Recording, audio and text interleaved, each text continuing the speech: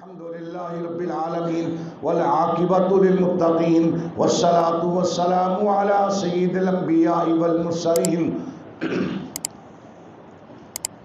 اللهم صل على محمد وعلى آل محمد كما صليت على إبراهيم وعلى آل إبراهيم إنك حميد مجيد اللهم بارك على محمد وعلى آل محمد كما باركت على إبراهيم وعلى آل إبراهيم إنك حميد مجيد أعوذ بالله السميع العليم من الشيطان الرجيم بسم الله الرحمن الرحيم ولتكبروا الله على ما هداكم ولعلكم تشكرون اللہ اکبر لا الہ الا اللہ واللہ اکبر وللہ الحمد لا الہ الا اللہ الحلیم الکریم سبحان اللہ رب السماوات السبع ورب العرش العظیم والحمد للہ رب العالمین اللہ واللہ ربنا لا نشرک به شیئا۔ ہر قسم کی حمد و ثنا اور تعریف و ستائش کے ایک اللہ کی ذات ہے جس نے ساری کائنات کو پیدا کیا۔ ان گنت لا تعداد درود و سلام امام الانبیاء خطیب الانبیاء احمد مجتبیٰ محمد مصطفیٰ صلی اللہ علیہ وآلہ وصحبہ وسلم کی ذات اقدس پر جو ساری کائنات کے لیے رحمت بن کر آئے۔ سامعین کرام، واجب الاحترام میری ماؤں بہنوں بیٹیوں، ایک سال کے بعد اللہ نے دوبارہ عید الفطر کی نماز ادا کرنے کا ایک موقع دیا ہے۔ 30 روزے رکھنے کے بعد آج اللہ ہمیں انعامات سے نواز رہا ہے، لیکن اس موقع پہ ایسی بات کرنی چاہیے جس میں پوری امت مسلمہ کا فائدہ ہو۔ فرقہ واریت کو جڑ سے اکھاڑ کے باہر پھینک دینا چاہیے۔ ایک مسلم حرم کی پاسبانی کے لیے نیل کے ساحل سے لے کر تابخا کے کاش گڑھ دائیں ہاتھ میں اللہ کا قرآن پکڑے، بائیں ہاتھ میں محمد مصطفیٰ صلی اللہ علیہ وآلہ وصحبہ وسلم کا فرمان پکڑے۔ پاکستان کی سالمیت اسی میں ہے، معاشرے کی بہتری اسی میں ہے، خلفشاروں میں، بد امنیوں میں، بے حیائیوں میں، اختلافات میں امن نہیں ہو سکتا۔ آج کا یہ اجتماع ایک پیغام دے رہا ہے امت مسلمہ کو، ایک ہو جاؤ۔ کیسے ایک ہو جائیں؟ اپنی اپنی بات کو چھوڑ دو، فرقہ واریت کو دفن کر دو۔ فرقہ کیا ہوتا ہے؟ جب انسان اصل کو چھوڑ کر نقل کے پیچھے چلتا ہے۔ میری بات کو 10 منٹ توجہ سے سن لیں، انشاءاللہ زندگی کے مسائل حل ہو جائیں گے۔ فرقہ کیا ہوتا ہے؟ اصل کو چھوڑ کر نقل کے پیچھے چلیں۔ مثال دیتا ہوں، ایک آدمی کے 3 بیٹے ہیں، ایک کی شادی کر دی، اختلاف کیا، الگ ہو گیا۔ دوسرے کی شادی ہوئی، اختلاف کیا، الگ ہو گیا۔ ایک کی تیسرے کی شادی ہوئی، اس نے اختلاف نہیں کیا، وہ ماں باپ کے ساتھ رہا، اپنے مسائل بھی حل کیے، ماں باپ کے مسائل بھی حل کیے۔ جو الگ ہوئے وہ فرقہ بن گئے، اصل کو چھوڑ دیا، ماں باپ کو چھوڑ دیا، اختلاف کر کے چھوڑا، لڑائی کر کے چھوڑا، بیویوں کی مان کے چھوڑا ماں باپ کو۔ نتیجہ کیا نکلا؟ وہ فرقہ بن گئے۔ جو ماں باپ کے ساتھ، وہ اصل کے ساتھ ہیں، اس کو ہم فرقہ نہیں کریں گے۔ جو مسلم صرف قرآن و سنت کی بات کرے کہ میرے ہاتھ میں اللہ کا قرآن ہے اور محمد الرسول اللہ صلی اللہ علیہ وآلہ وسلم کا فرمان ہے، قرآن تو ایک جلد ہے، فرمان رسول کہاں سے ملے گا؟ سارے بھائی میری بات کو توجہ سے سنیے گا۔ فرمان رسول یاد کر لیں آج اپنے نصاب کو، صحیح بخاری، صحیح مسلم، ابو داود شریف، ترمذی شریف، نسائی شریف، سنن ابن ماجہ شریف، چلیں یہ 6 کتابیں اللہ کے فضل و کرم سے، ان 6 کتابوں میں اللہ کے نبی کی باتیں ہیں، اللہ کے نبی کی حدیث ہے۔ اس کے علاوہ بھی مسند امام احمد بن حنبل، اس کے علاوہ المستدرک للحاکم، اس کے علاوہ صحیح ابن حبان، اس کے علاوہ جامع الاصول، اس کے علاوہ سنن بیہقی، اس کے علاوہ سنن دارمی، یہ حدیث کی کتابیں ہیں، کسی عام انسان کی کتابیں نہیں ہیں۔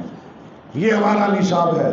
کوئی مسئلہ بنے قرآن کو دیکھو، کوئی مسئلہ بنے اللہ کے نبی کے فرمان کو دیکھو۔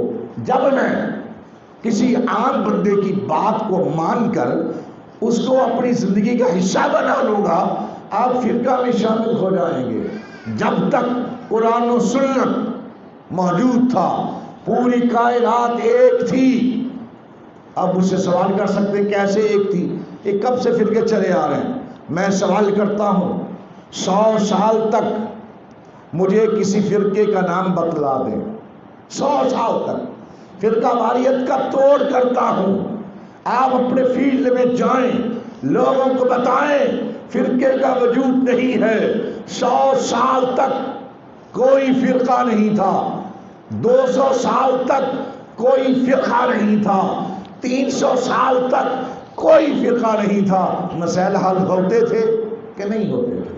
زندگی آسان تھی کہ نہیں تھی؟ امام ابو حنیفہ رحمت اللہ علیہ 80 ہجری میں پیدا ہوئے، 150 میں فوت ہو گئے۔ امام شافعی رحمت اللہ علیہ 150 میں پیدا ہوئے اور بعد میں 80 سال کے بعد فوت ہو گئے۔ امام مالک جو ہے وہ 90 ہجری میں پیدا ہوئے اور تقریباً 70 سال کے بعد وہ فوت ہو گئے۔ امام احمد بن حنبل 100 سال کے بعد پیدا ہوئے، بعد میں فوت ہو گئے۔ لیکن دیکھیں آج پوری دنیا کے اندر عالم اسلام میں حنفی مذہب، شافعی مذہب، حنبلی مذہب، مالکی مذہب کا نام چلتا ہے۔ مجھے کہیں دکھائیں گے آپ کہ محمدی مذہب بھی کہیں چلتا ہے، محمدی مسلک بھی کہیں چلتا ہے؟ خدا کا واسطہ دے کر عرض کروں گا، بڑا کچھ ہو چکا۔ آئیے فرقہ واریت کو چھوڑ کر کتاب و سنت کے جھنڈے تلے اکٹھے ہو جائیے۔ ایک ہو مسلم حرم کی پاسبانی کے لیے، نیل کے ساحل سے لے کر تاب خاں کے کاشگر۔ ہم تو ایک ہونا چاہتے ہیں، ہم تو قرآن کی روشنی میں وَاعْتَصِمُوا بِحَبْلِ اللَّهِ جَمِيعًا وَلَا تَفَرَّقُوا کی عملی مثال بننا چاہتے ہیں۔ آئیے میدانوں میں آئیے، قرآن و سنت کے پیچھے چلیے اور پھر دیکھیں آپ کی نماز کا مسئلہ، آپ کی زکوٰۃ کا مسئلہ، آپ کی وراثت کا مسئلہ، آپ کے پردے کے مسائل، آپ کی سیاست کے مسائل حل ہو جائیں گے۔ قرآن نے سیاست بھی سکھائی، قرآن نے معیشت بھی سکھائی۔ اللہ کے نبی نے مدینہ میں بیٹھ کر صحابہ کرام کو مدنی ریاست بنا کے دکھائی، پوری امت نے اس کی پیروی کی ہے۔ جناب ابو بکر صدیق نے 2.5 سال حکومت کر کے دکھائی، جناب فاروق نے 12 سال حکومت کر کے دکھائی، جناب عثمان نے 12 سال حکومت کر کے دکھائی، جناب حیدر کرار نے 5.5 سال خلافت کر کے دکھائی۔ کیا اس 30 سال کے عرصے میں جو میرے صحابہ کرام کا دور تھا خلافت کا، کیا اس میں لوگوں کو یہ تعلیم دی جاتی تھی کہ آپ فرقے میں آ جائیں، آپ الگ ایک پگڈنڈی بنا لیں؟ جو پیغام خلفائے راشدین نے دیا، ہم بھی وہی پیغام دینا چاہتے ہیں۔ حکمرانوں کو یہ ہم التجا کرتے ہیں، خدا کا واسطہ چھوڑ دو، غیر اللہ کے آگے بھیک مت مانگو، اللہ کے حضور سجدہ ریز ہو جاؤ، تمہاری معیشت بھی ٹھیک ہو جائے گی، اور اپنی حکومتوں کو خلافت صدیقی کے مطابق ڈھالو، اپنی حکومتوں کو خلافت فاروقی کے مطابق ڈھالو، اپنی حکومتوں کو خلافت عثمانی کے تحت لاؤ، اپنی حکومتوں کو خلافت علوی، خلافت حیدری، خلافت علی کے مطابق لانے کی کوشش کرو، پھر وہ دن دور نہیں ہے کہ ساری کائنات تیرے قدموں میں آ کے بیٹھے گی۔ آج اسرائیل دہشت گردی مسجد اقصی میں پھیلا رہا ہے، آج کا نہیں، صدیاں گزر چکی ہے، مسلمانوں سے یہ مسئلہ حل نہ ہوا، کشمیر کی وادی کا مسئلہ حل نہ ہوا۔ اس کی ایک وجہ ہے کہ ہم ایک نہیں ہیں، ہم ایک نہیں ہیں، ہم مسئلوں میں ایک نہیں ہیں، باہر ایک کیا ہوں گے؟ جب ہم ایک ہو جائیں گے، یہ ہمارا سٹیج، میرے جیسا ایک فقیر طالب علم یہ ریکویسٹ کرتا ہے، اللہ کا واسطہ دے کر عرض کرتا ہے، قرآن و سنت کی طرف آ جاؤ، فرقہ واریت کو چھوڑ دو، رب کعبہ کی قسم ہے پوری دنیا تمہاری ہے، پوری دنیا تمہاری ہے، اعتصام بحبل اللہ میں آ جاؤ۔ اور عید گزری ہے، آج ہم اپنا محاسبہ کریں کہ ہم نے 30 روزے رکھے، کیا کیا؟ ہم نے نیکیاں کی، کیا ان کی حفاظت کریں گے؟ اور ہم نے اعمال صالحہ کیے، افطاریاں کی، کیا اس کے اوپر پورا سال ہمیشگی کریں گے؟ کیا روٹھے ہوئے بھائیوں کو منائیں گے؟ کیا روٹھے ہوئے بھائیوں کو منائیں گے؟ کیا صلہ رحمی پہ عمل کرو گے؟ کیا رشتہ دار جو بولتا نہیں تمہارے ساتھ تم اس کو منانے میں پہل کرو گے؟ ہائے اللہ، بڑا مشکل کام ہے، بہت میں نے مشکل بات کہہ دی۔ اللہ اکبر، کیا غریبوں کا خیال رکھیں گے؟ کیا مسلم امہ کے لیے، پوری امت کے لیے دعاؤں کا اہتمام کریں گے؟ کیا یہ جو ہم نے 30 دن اللہ کے حضور آہوازاریاں کی، کیا اس کا اہتمام پورا سال جاری و ساری رکھیں گے؟ آج میں نے نئے کپڑے تو پہن لیے، آج میرے گھر کے اندر سویاں پک گئیں، کیا میں نے رشتہ داروں کا خیال کیا؟ کیا میں نے غریبوں کا ہاتھ پکڑا؟ کیا میں نے یتیموں کے سر پہ ہاتھ رکھا؟ اور بھائی اسلام اللہ کی قسم انسان کی ایک ایک بات کی طرف اشارہ نہیں کرتا، پریکٹیکلی چاہتا ہے عمل ہو جائے۔ کوئی دنیا کا مذہب ایسا نہیں جو انسان کی پوری لائف کے لیے ایک دلیل ہو سوائے اسلام کے، جس نے غیر مسلموں کو بھی حقوق دیے، مسلمانوں کو بھی حقوق دیے، اپنوں کو بھی حقوق دیے، بیگانوں کو بھی حقوق دیے۔ آئیے آج تجدید عہد کرتے ہیں، یا اللہ ہمیں قرآن و سنت کے جھنڈے تلے اکٹھا کر دے۔ اللہ میری امت مسلمہ بالخصوص پاکستانی امت مسلمہ میں سے فرقہ واریت کے بت کو پاش پاش کر دے۔ یا اللہ ہمیں قرآن و سنت کے جھنڈے تلے اکٹھا کر دے۔ ہم سارے مسلم ہیں، لا الہ الا اللہ محمد الرسول اللہ پڑھنے والے ہیں۔ اللہ یہ ہمارے اندر اختلافات کیوں ہیں؟ مفاد پرستی کو چھوڑ دو، اللہ کی بات کرو۔ کسی کے ساتھ ناراضگی ہے تو اللہ کی خاطر رکھو، دنیا کی خاطر ناراضگی جائز نہیں۔ اگر اللہ کی خاطر ناراضگی ہے تو اللہ اس کے حل نکالے گا، لیکن آج ہماری ناراضگیاں دنیا کی خاطر ہے۔ حقوق کی پاسداری کرو، بچیوں کے حقوق مت مارو، وراثت کی تقسیم صحیح کرو۔ ہائے اللہ، بچی کی شادی کرتی ہے، اس کا وراثت پہ حق نہیں ہے، اس کا وراثت پہ حق نہیں ہے۔ کتنے مسلم ہیں، بڑے بڑے جگیردار سندھ پہ جا کے دیکھیں، جنوبی پنجاب میں جا کے دیکھیں، جو بچیوں کا حق مار کے سانپ کی طرح بیٹھے ہیں۔ پھر اس ملک کے اندر ہم کہیں کہ امن قائم ہوگا جس میں غریب کا حق مارا جائے، اپنوں کے حق سلب کیے جائیں۔ میں نے بڑے سکالر، بڑے علماء کو دیکھا، اللہ کی قسم دل خون کی آنسو روتا ہے حقوق العباد میں جس قدر ہم کمزور ہیں اللہ کی بنا. بچیاں رو رہی ہیں, ان کو کہا جاتا ہے اگر تم نے اپنا حق لے لیا ہمارے دہلیز پہ تم نے آنا نہیں ہے. کیوں بھائی میری بات غلط ہے کہ صحیح ہے؟ یہ باتیں آج ہم نے اس بات کا عہد کرنا ہے, کوشش کرنی ہے.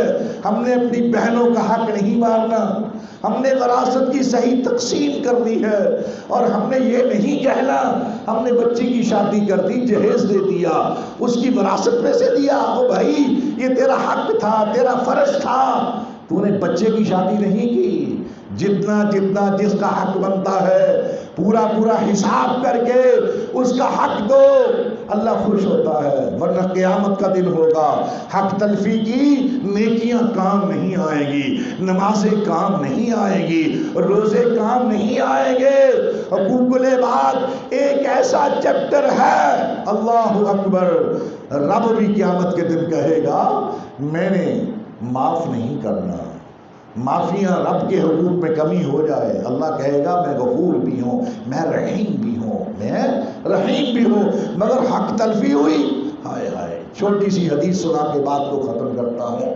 صحابہ کرام سے پوچھا حضرت نے, یا حضرت یا صحابہ کرام کی جماعت غریب آدمی کون ہے؟ فرمایا جس کے پاس پیسے نہ ہو. حضرت نے فرمایا نہیں, غریب آدمی وہ ہے جو دن قیامت کے آئے گا اس کے نامہ اعمال میں نماز بھی ہے, روزہ بھی ہے, حج بھی ہے, زکات بھی ہے, مگر ایک مظلوم آ جائے گا, یا اللہ اس بندے نے میرے ساتھ زیادتی کی, میرے زمین پہ قبضہ کیا, میرے بچوں کو خراب کیا, میرے گھر کو برباد کیا, اور میرے ساتھ زیادتیاں کی اس نے. اللہ کہے گا یہ مظلوم کی جتنی بھی برائیاں ہیں یہ ساری کی ساری اس کے پلڑے میں ڈال دی جائے. وہ کہے گا یا اللہ ابھی تو اور بڑے حق اس نے مارے, مجھے ناجائز تھپڑ مارا, مجھے ٹانچ کیا, میرے ساتھ زیادتی کی, میرے اوپر الزامات لگائے, پتہ نہیں مجھے کیا کچھ کہا گیا, میرے خلاف اشتہار چھاپے, مجھے پوری دنیا میں بدنام کیا. اللہ اکبر. اللہ کہے گا اس نیک حاجی صاحب کی جتنی بھی نیکیاں ہیں اس مظلوم کے پلڑے میں ڈال دی جائے. ہائے ہائے, یہ حاجی صاحب, نمازی صاحب, روزے دار نیکیوں سے خالی ہو گیا, برائیاں ہی برائیاں اس کے پلڑے میں ہے, اور وہ مظلوم بندہ ابھی پکار رہا ہے اللہ ابھی تو بہت کچھ باقی ہے, اس نے فلاں موقع پہ میرے اوپر الزام لگایا, میرے اوپر نجائز FIR کٹوائی, مجھے ٹارچ کیا گیا, مجھے جیل بھجوایا گیا. آئے اللہ. اللہ کہے گا اس کی نیکیاں ختم ہو گئیں, تیری برائیاں ختم ہو گئیں, اب تو میرے پاس یہی علاج ہے اس کا. ثم طرح فی النار, اس کو جہنم کی دہتی ہوئی آگ میں پھینک دیا جائے. میرے بھائیوں مشکل ترین مرحلہ ہے, زندگی ختم ہونے والی ہے, ہمیشہ نہیں رہنا, لیکن اپنے آپ کو کلیئر کر لیں, اپنے آپ کو دیکھ لیں. ایک انسان خود جتنا اپنا اچھا محاسبہ کر سکتا ہے اتنا محاسبہ پاکستان کا نیب بھی نہیں کر سکتا.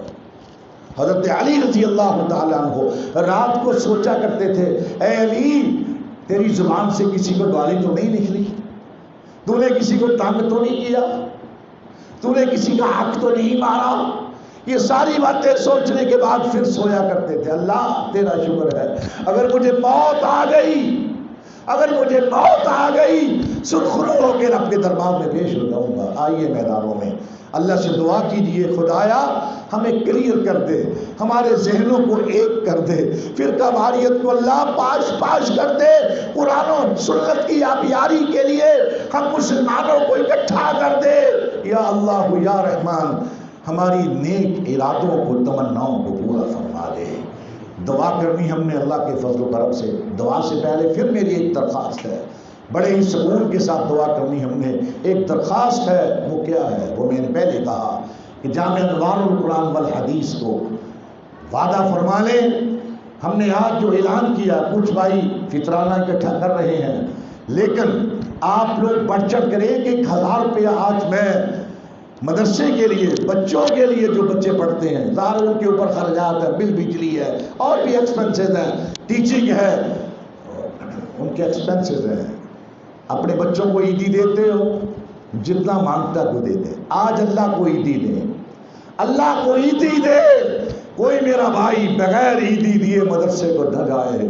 اور ذہن میں رکھے آج ہم نے ان بچوں کے لیے عیدی کو وقف کرنا ہے جو قرآن پڑھتے ہیں، جو ساری دہاڑی قرآن حفظ کرتے ہیں. ان کی مد میں آپ نے عیدی دینی آج.